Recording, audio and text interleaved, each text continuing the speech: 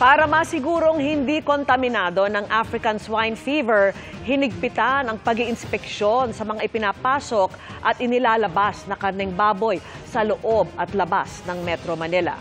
Nakatutok si Bernadette Reyes. Isa-isang pinatatabi ang mga closed van na ito para inspeksyonin ang mga karga.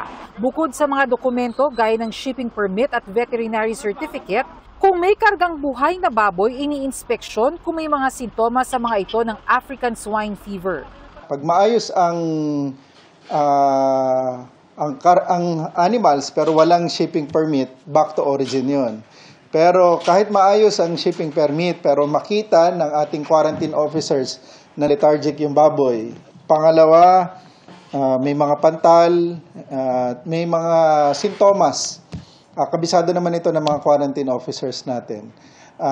Pwedeng i-condemn yung mga animals after na matest. Ang van na ito hinold sa inspection site sa Commonwealth Avenue sa Quezon City dahil kulang ang dokumento. May NMS permit kami pero wala nung FDA transport permit. Okay naman po para ano po natin. Hindi kumalat po yung sakit. Binibigyan namin sila ng 24 hours para i-produce po yung permit. Then pag once po na walang may produce na permit, antimano po, diretso confiscation na po.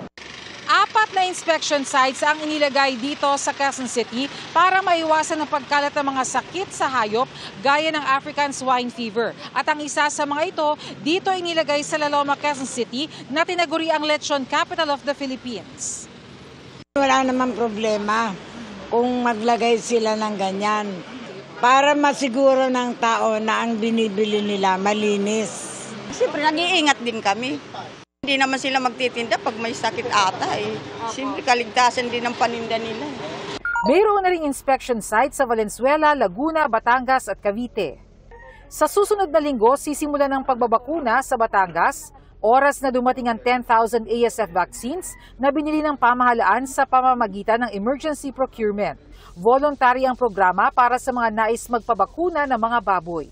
Meron tayong malakihang repopulation program sa Central Luzon, most especially Bulacan and Pampanga area. So we don't want to compromise yung ating repopulation program sa areas na to. Ayaw rin natin na pag may mga infected na makarating din dito pa, madagdagan pa sa Southern Luzon. Para sa GMA Integrated News, Bernadette Reyes, nakatutok 24 oras.